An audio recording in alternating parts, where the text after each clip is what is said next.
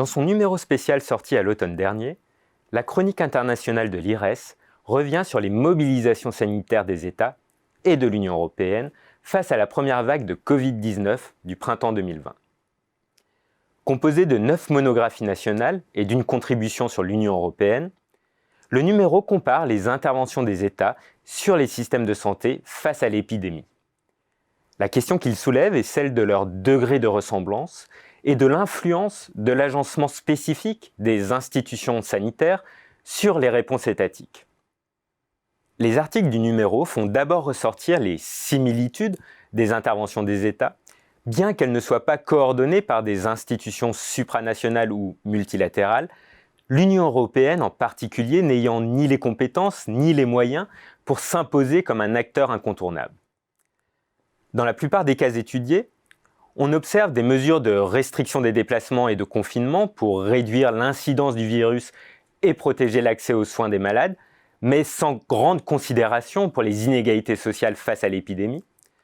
On observe aussi un accroissement des capacités d'accueil des hôpitaux et de leur encadrement soignant, ou encore des achats centralisés d'équipements de protection individuelle.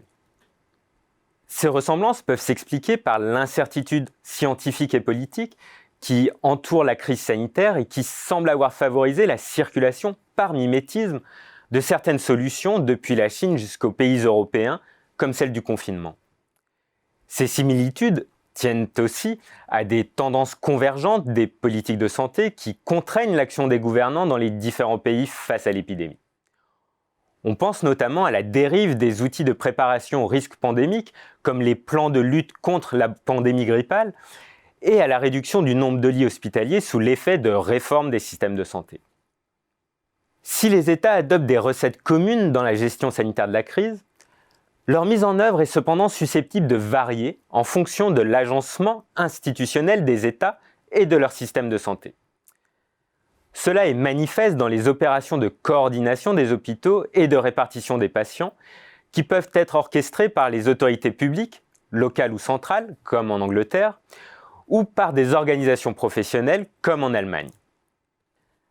Par ailleurs, les stratégies sanitaires des États peuvent présenter des originalités qui sont liées à l'architecture de leur système de santé et aux opportunités d'action qu'elle offre. C'est ce que montre l'intégration des soins primaires dans les politiques d'urgence sanitaire, là où la régulation publique de ces soins est plus poussée, comme en Suède et dans la région italienne de Vénétie. Enfin, des problèmes liés aux spécificités des différents systèmes de santé peuvent émerger au cours de l'épidémie et appeler des interventions publiques particulières.